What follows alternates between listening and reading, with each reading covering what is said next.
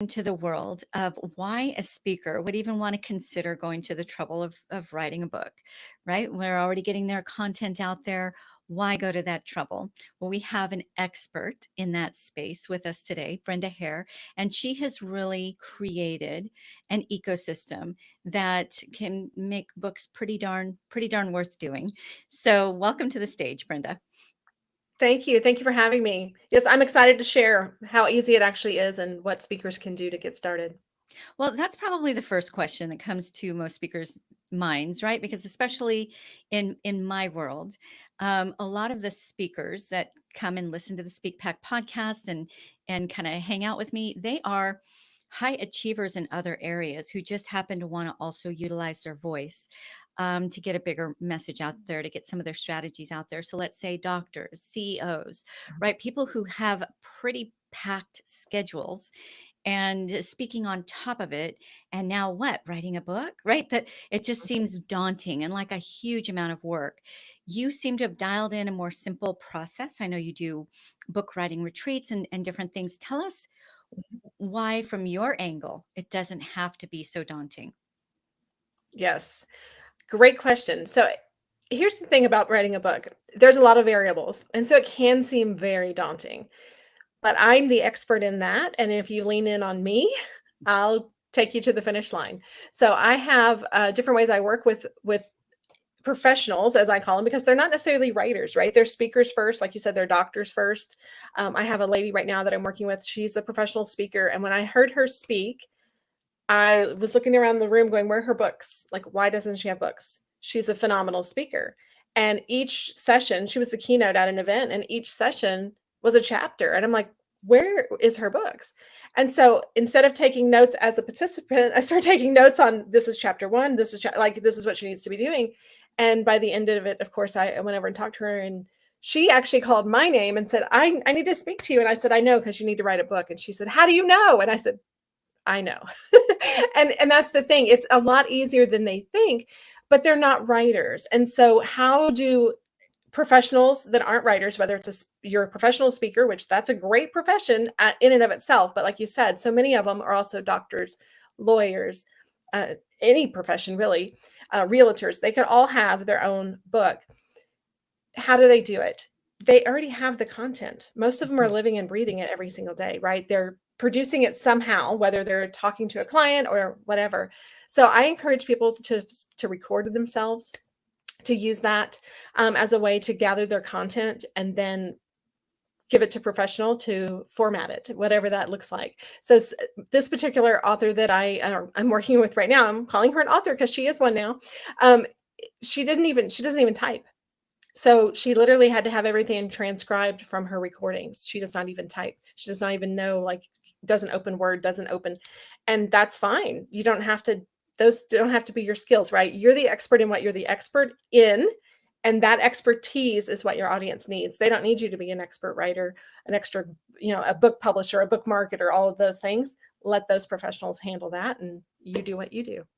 Yeah, one speaker I've had the privilege of getting to know and talking with, his uh, uh, original language is Spanish, right? And he Mm-hmm. wanted to write a book for America, for North America, but was concerned that he might not get the grammar just right, all of the things, Mm-hmm. right?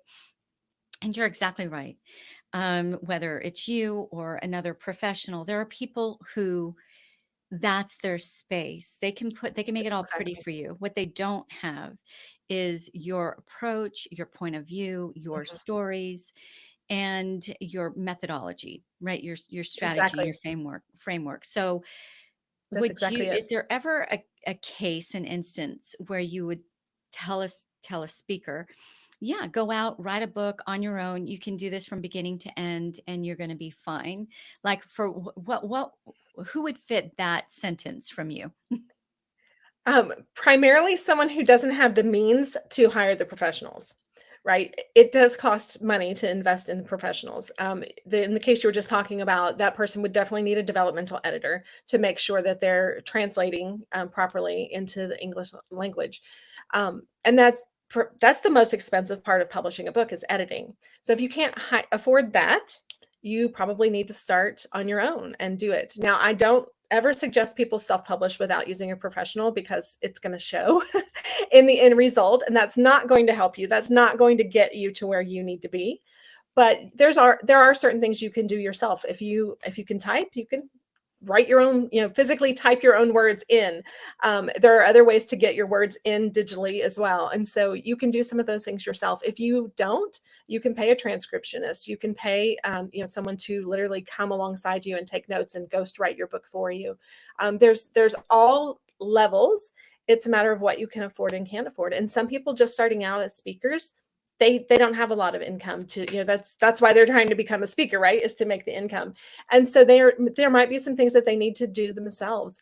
And I have a program for that. I have a group coaching program for people who are more DIYers, who want to get in there, learn the content, learn the process, have the time to invest in that. And then on the opposite scope of that, I have professionals who, they don't have the time, but they have the money and they're willing to just pay somebody else to do it. They don't want to learn it. They're doctors, lawyers, professionals in other areas that they don't have the time.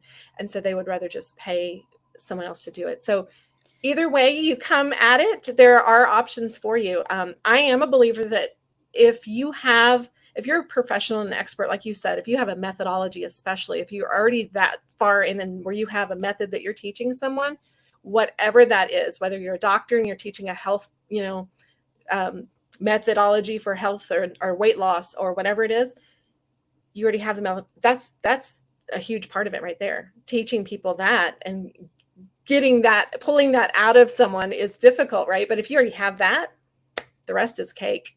It really is. What is okay? So most speakers are going to say, "I know I'm not going to get rich writing a book. I don't want to invest a lot of time or money into doing that." In your experience, the authors that you've worked with, what is the actual practical REI? REI. I just did a lot of hiking. ROI, yeah. ROI, the ROI, Yeah. and the tail. Like, when can you really see that book at least paying for itself, if nothing else? Yeah. So speakers who are actively speaking have a better chance of seeing that ROI quicker, right? And that you don't have to already be a speaker. When I came out of the gate with my first book in 2018, I set myself up on a speaking tour. I set myself up on a 16-week book tour because I did want to sell books right out of the gate. And we teach you how to do that if that's what you're interested in. Now, if you're already speaking, like the case of the author that I was talking about earlier, she's already booked out. I mean, she's been booked for years and she's sitting in rooms of 300 and more people. Having a book is a no-brainer. You're going to make more money than, just it's ticking down right then. The minute you walk in the door, people are like, "Oh, she's got a book. Let me buy." Even before you're opening your mouth, they're buying the book because they're saying, "Oh, this is a professional. I came here for her content and she's got it packaged right here for me. Let me grab the book now." So the ROI is a lot quicker if you're already a book speaker. But if you're not, we can set you up to get those bookings, do that, and you're going to get the booking faster because you have a book to back you up. You're seen as the expert. I mean, think about it. It's just like with anything else. I was just talking to someone else. If you're standing next to your choice is between two speakers. This one has 10 books. This one has none. They're speaking on the same topic. Which is the perceived expert? They might both be, but the one with the books backing her or him is going to be perceived as the expert for sure.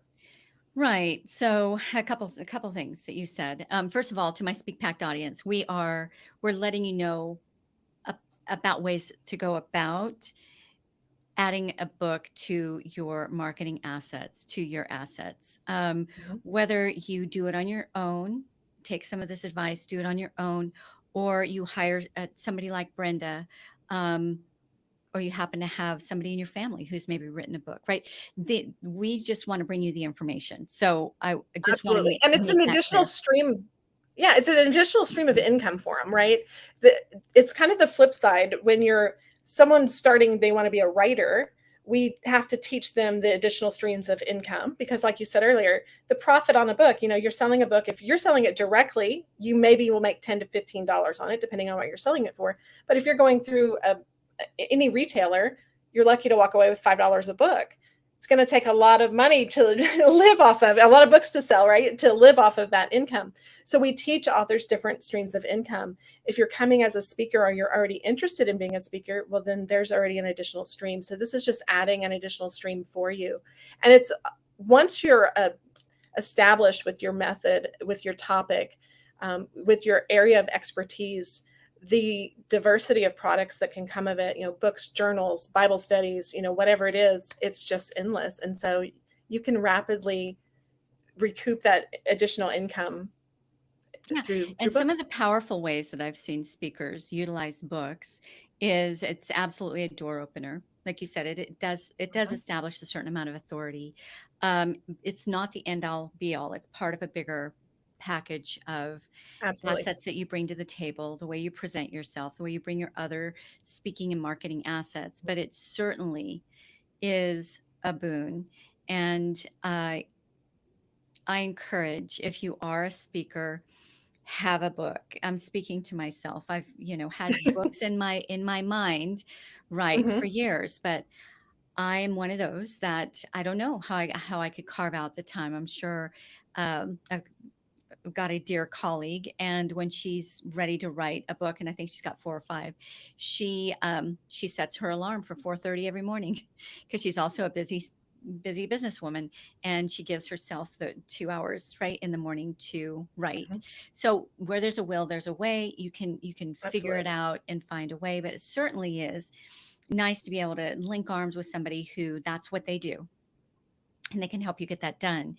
um, when in terms of ROI, I wanted to talk about some of these different streams of income that you were alluding to. So number one, it's a door opener to not only more engagements, but higher higher value engagements. Number Absolutely. two, if they can't reach your your speaker's fee, let's say let's say you're $15,000 Hmm. speaker and their budget stops at $10,000. That other $5,000, depending on the size of the group, can be pulled from another budget, their L&D budget, the learning and development budget, if that organization happens to have that. And they can pull funds from that budget in order to buy your book, right, for each member of the Absolutely. audience. To me, a book is like Velcro, like a glue. Mhm. I just interviewed uh, a fabulous lady this week who what she utilizes her books for is opening up the doors for speaking engagements, and she happens to be a branding and marketing expert. So one very well-known makeup company, right, she happens to love their lipstick, and so she actually will send her book with a little brochure that's actually personalized to the biggie, right? Whatever CEO or Hmm. C-suite level person she's speaking to, and speak very specifically to them why she loves their brand, why she chooses them over others, why she's actually made it Hmm. part of her brand. And by the way, here's my book. Um, that is very memorable, right? There can be a Absolutely. lot Yeah, of it certainly people. is. Yeah. I think where people go wrong with that is that people see their books as business cards in the sense that they're handing them out to everyone on the street. Everyone they meet, they're handing them to them. Whereas in your example, she's very specifically targeting her ideal event planner, right? Mhm. And that's where using your book as a business card is very strategic and makes perfect sense. Where you don't want to waste it is passing it out to everybody and their brother that doesn't that's not going to make that decision, right? Getting it in the hands of the decision maker is what's important. But it has to be packaged professionally in order to do so, right? You can't have a self-printed horrible cover, all of those things. Or if they Google the book, it's sitting next to another book with the same title, and this title has 15,000 reviews, and your book has none. And they're looking at the two, going, "Well, why is this book titled the same as this? And this doesn't make any sense." And right then, it's done you a disservice. So having it professionally done is so important. Using it that way is huge. The other way I like to see it used is that sometimes speakers, especially when they're just starting out, they will try to do free stuff. They're like, I just want to speak everywhere so I can get some video of myself speaking, so I can get, the brand new speakers out there. They're like, I just want to speak anywhere I can practice my speaking, right? Well, great. You're going to get lower paying gigs, and the way to supplement the income is by having those books in the back of the room, because you're going to sell more books that way. You're going to bring in that additional income. The other way is that if the events are promoting you everywhere, right? They're promoting on their socials, your socials, you're promoting this event. People who cannot attend the event, they may go Google you and buy your book because they can't attend the event, but now it's additional marketing for an asset that you already have. So it's not even the asset that you're marketing for, but they're finding a resource that they can buy from you. And that's really important. I love that you brought that up because I've done it. I've actually done it. Oh, I'd really love to go to that event. I can't. But oh, Mhm, I see they have a book. Let me grab the book. Yes, I absolutely love that. All right, so let's talk about brass tacks, right? Whether it's with mhm, you or with an organization similar to you, what mhm, should a speaker expect to invest in time mhm, and in money to hire somebody like it's publish and tell. I love that. mhm. Instead of publish and sell, you say publish and tell. But to hire an organization like yours to help them from A to Z, and how far do you go? Do you actually get them published with a big publishing house, or is it more of a self-publishing thing? Kind of give us the ABCs of how that Absolutely. really works. What would I as an invest as a speaker need to know going in that I'm going to need to invest with my time and my pocketbook? Yes. Great question. Tons of variables. That's probably the worst part about the publishing industry, is there's so many variables. But understanding your options is really important. So I'll try to make it as clear as possible. So in the publishing world, you have self-publishing over here, and you have traditional publishing over here. And in between that, there's about a million different opportunities. Hmm. Many are called vanity presses. Some are called, they'll call themselves hybrid publishers. There's a lot of different names in between. And the biggest thing to know is that when you're self publishing, you're pretty much doing everything yourself, or maybe you're hiring some professionals to do a couple pieces, but you're the one who owns the rights to your book. You're making all the decisions, and you're ultimately the responsible party putting it up. Yeah. And you also paying all the expenses, but you're getting all the royalties back. On the traditional side, you may or may not get to make all the decisions, and you don't get to keep all your royalties, and you may or may not get a advance. It just depends on who you're going with, what they see, that type of thing. Now, if you're a huge speaker, you're getting those $15,000 speaking engagements, you've got a huge following on socials, all of those things, you're likely to get picked up by a traditional publisher because they want to make money off of you, and so they're going to align themselves with somebody who has a big audience. Whether you want to share your money with them, your royalties with them, is up to you, right? Because you can ultimately pay on the front end, someone like myself to professionally self-publish you. You'll get all the bells and whistles that you would of a traditional publisher, but without having to share the royalties. So it's kind of a decision you have to make on the front end. Do you want to wait and potentially, um, you know, give away royalties by going with the traditional publisher? And I say wait because you have to solicit them, you have to send letters, and sometimes you need agents. It depends on who you're going with, to get in the door. And then you risk not getting in the door, right? Because some of them won't even take a look at you. Or you can go quickly to market. You can, especially if you have your information already, you can get it written, published, everything good to go. I'm working with an author right now. Her story, she's already had it written. We went to editing. You can get everything done pretty quickly. Now, I don't like to give time frames because people are like, well, I need to Before know you how go much on, time, how quickly. yeah, before Go you go ahead. on, Brenda, let me ask a question regarding that Mhm. piece. Sure. Is is there a lot to be said, or is there a diminishing value in going with a traditional publisher for the prestige, for the authority that company brings? Is that still a valid thing, or with our digital world and some of the self-publishing has become a lot easier than it once was? So it used to be a vanity thing, but now it kind of is a dollar, like you have control over your own content, and Mhm. you get the money, right? Instead of the pennies, you get the Right. dollars. What do you say about that? What is the value of going with a traditional publishing house, as far as authority and prestige, I guess? Yes. That still is there in a lot of ways. It is when you to the average reader, to the average audience member, it's still there.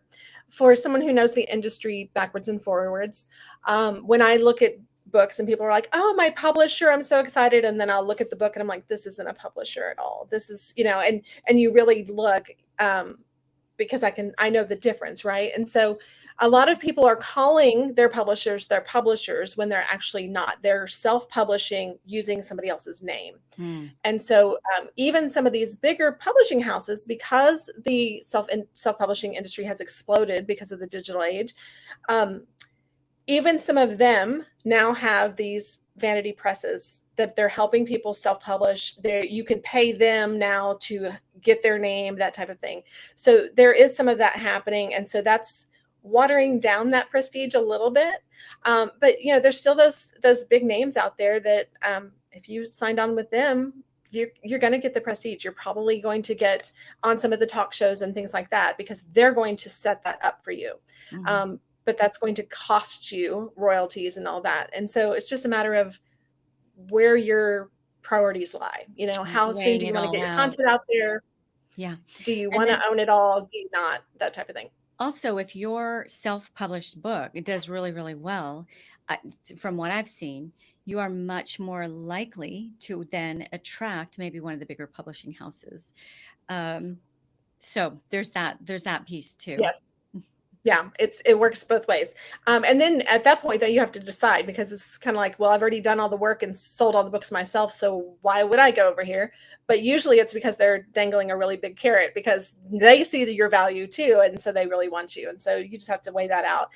It's kind of in the author world, we say it's selling your soul. How much is it worth to sell the rights to your baby? Because that's basically what you're doing. Love And that. you just have to Okay, and decide. And then yeah. there's nothing wrong with either way.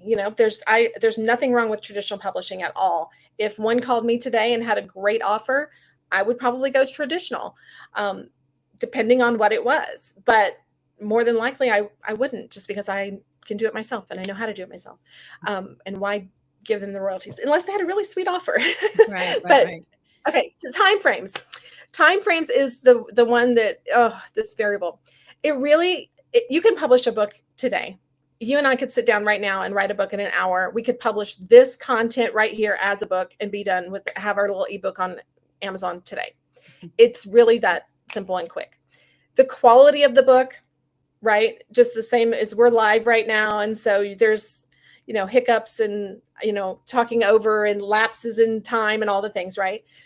It's the same with a book, right? If you published it quickly, there's going to be errors, there's going to be content missing, all of those things. And so the more time you take with it, the better it's going to be. The more rounds of editing you go through, the better it's going to be. But all of those things take time. And people will say, well, how much time? Well, how much time do you have to approve those edits? How much time do you have to sit down and look at those edits? So it really just depends on how much time somebody has to put into it versus the editors they're using, if their editor is available, how much time their editor's taking. I have a professional editor. She can usually get a 40,000 word book back to me, which is the average self-help type book, back to me in about 2 weeks. She gets that back to me in 2 weeks. I can then do my self edits in a day and have that book ready to go the next day. And so it's pretty quickly. On the writing side of it, again, how long does it take you to write your book? Like you said, your friend's doing it 2 hours a day every morning, right? But if you say, well, I sit down and I type, 500 words an hour, okay, you want a 50,000 word book, how many hours is it going to take you to get there? So it's really depends. There's so many variables in it. Could you have a book done in a year? Absolutely. Could you have a book done in 6 months? Absolutely. Anything outside of 6 months is really somebody who is got a lot of time, who's ready to sit down and focus, has somebody walking them through the process. 6 months is a tighter window to get it turned around. And people say, oh, but I've seen them do it. Okay, but are you ordering proof samples? And what time of year are you doing that? If you're publishing in November and you're trying to order proofs, it's going to be a while. If you're publishing, trying to get books as speakers, if you're trying to get a load of books sent to your house for your speaking gig or drop ship to your next speaking event, are they going to be there in time because you're ordering in the holiday season? So all of those variables just really play into it. And that's where hiring a coach or working with a traditional publisher who has the experience of all those variables is just really important. Okay, fabulous. What should they expect to pull out of pocket? Yeah, great question. For my services, if you just want to come to me, you have a finished project and you just want cover design, interior design, all of that, you're looking at around 2,000, depending on your word count for editing and all of that, around 2,000. So it's not too bad. That's with you owning all the rights to your book. Now, if you need more in-depth help and you need one-on-one coaching and all of that, my private coaching starts at $10,000. That doesn't include that $10,000 or that $2,000 fee. So you're looking at 12 for the entire package. If you're looking for group coaching, my current group coaching rate is $997 for the year or $97 a month. And that's group coaching. Either program is twice a month. You'll see me face-to-face. Whether I see you face-to-face is whether you're a private client or not. So my private clients, we meet on Zoom or in person if they're local, and twice per month, give them their assignment. They do their assignment. How far do you take them? Because really 12,000 is not a lot from beginning to end, right? Right. It's an investment for sure, but I've seen numbers much bigger than that. So Oh yeah, much bigger. how far do you take them? Do you take them from concept all the way to pitching? I take this Yeah, is I guess you're not yes, pitching to get it published because you're self-publishing. So yeah. correct. Where I'm taking them from concept to whatever finish line they can get to in a year. Those prices cover a year. So if they don't do their homework, they don't write their book, they hem-haw around or whatever, they're not going to get finished. Now, my goal, and it's funny, people will laugh at me because I get angry with my clients when they don't do their work because I'm like, you've paid me. I want to help you. And my husband's like, just let them pay you. And I'm like, I can't. They have, like, they're paying me for a reason. I want to help them. And so I really stay with my clients and try to get them across the finish line because that's what they paid for, right? They want a published book in hand. Now, if they publish their book within 6 months and they're ready to, and I have a client like that right now, she's published one book. I think she published it within 2 months of becoming one of my, she's in my group coaching. Within 2 months, she published. It may be more like 3 months. She was pretty much done with the book. She went through, polished up her framework, and then went into editing. And so she published that first book. She's on book number 2, still within her year time frame. And now we're talking marketing strategies, right? We're talking book tours. We're talking how Amazon ads, all the things, right? So it's really what point you can get to in the process with what point I'm going to get you to. Now, if you're done and you're ready and you're like, okay, now I'm ready to keep working with you and I want you to help me with the book tour. I want you to help me with the marketing. Then we just move into the next season, whatever that looks like for you. Yeah, fabulous. Okay, so 1 out of 10 would-be authors, right, that come to you. Let's say on your one-to-one package, 1 out of 10, how many of those are probably going to get their book done or very close to done within a year? Oh, the one-on-ones, they'll get it done. Yeah. The one-on-ones, yeah, they'll get it done. As long as, when they come in, we talk pretty seriously about the commitment because it is an investment. And like you said, I've seen much bigger packages. I have offered much bigger packages when I worked for a different publishing company, up to 10 times that amount.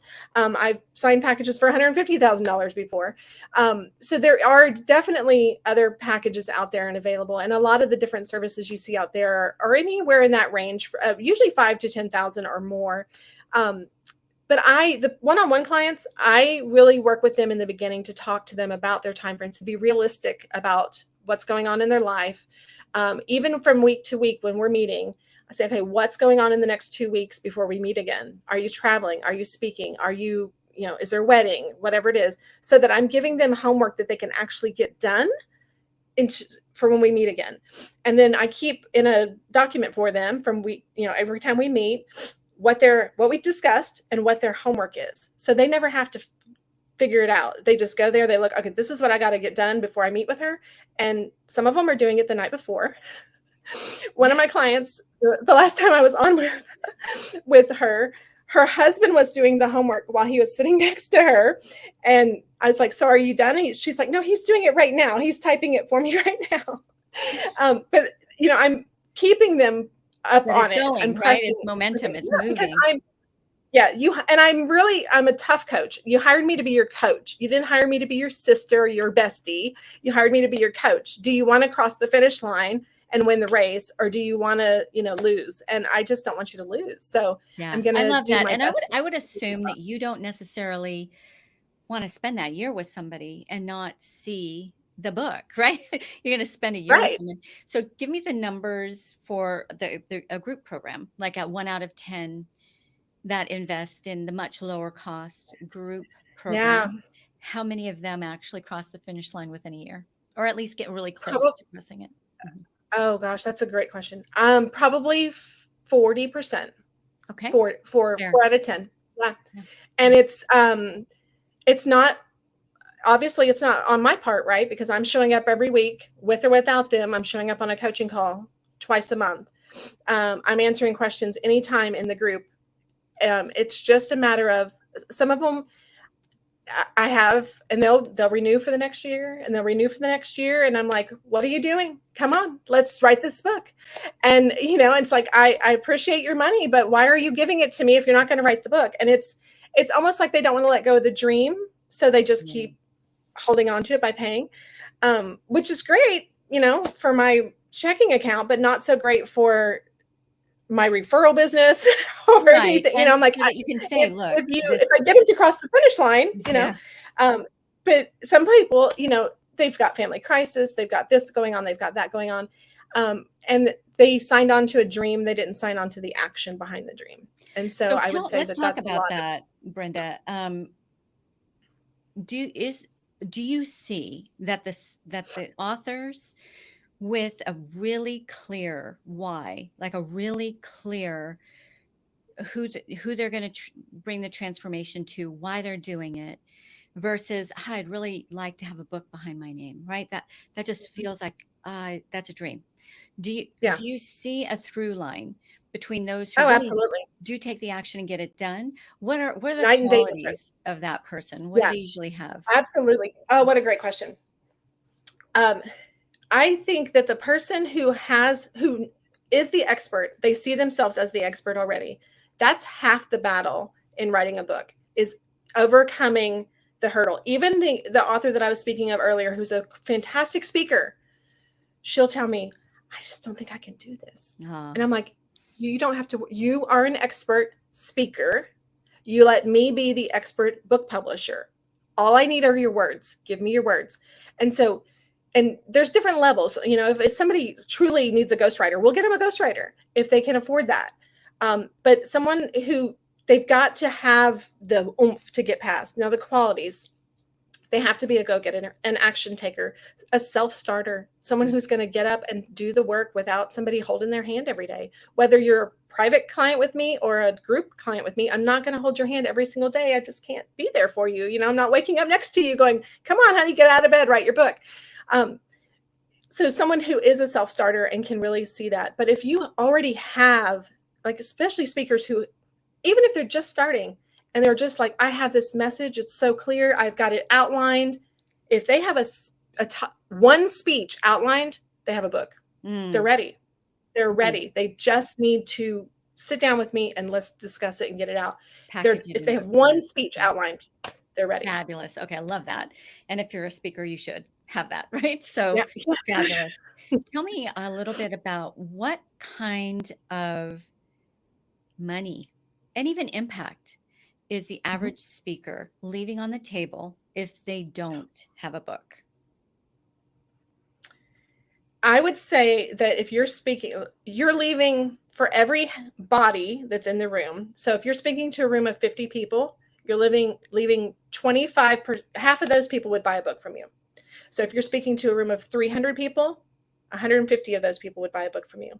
If you're selling that book directly to them, as you should be as a speaker, you're going to be making about $10 a book. So at every speaking engagement that you have 300 people at, you're leaving $1,500 right there on the table. And that's just for the one book, right? That doesn't include if you have a journal to go with the book or whatever other extra materials you may have. You're leaving it all on the table. I've seen speakers speak that don't even have a sign-in list or a check, like they're not even collecting emails. Yeah. Yes, I am so with you, sister. That just kills me. But yes. Yeah. I'm like, what happens when you do have a book out? What are you going to do then? You're going to sell to who? Because you've been speaking for 4 years with no